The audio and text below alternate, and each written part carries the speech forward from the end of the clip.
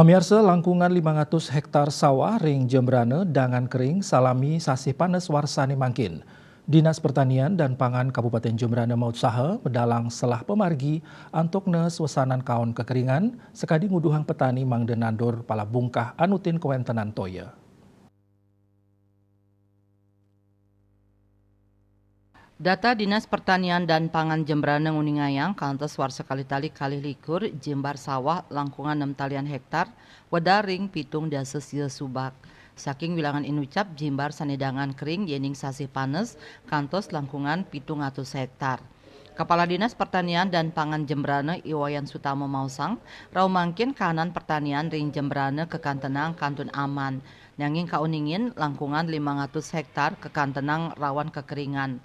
Lahan rawan kekeringan punika weda ring Kutu Subak ring 5 kecamatan Kabupaten Jembrane.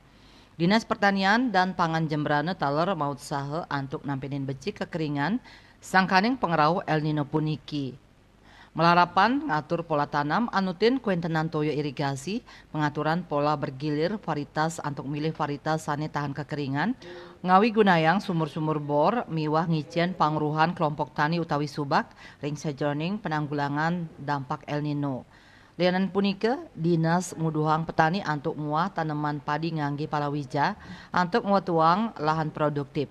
Asa punika taler sawetara kuentenan subak sanedangan kering sekadi sane wenten ring subak manis tutu barat kecamatan Melaya, subak benel, subak pangkung buluh, subak miwah subak lip-lip kecamatan Negara, subak babakan perancak kecamatan Jembrane, subak LB Mendoyo kecamatan Mendoyo, miwah subak gumre tur pangyangan dan kecamatan Pekutatan.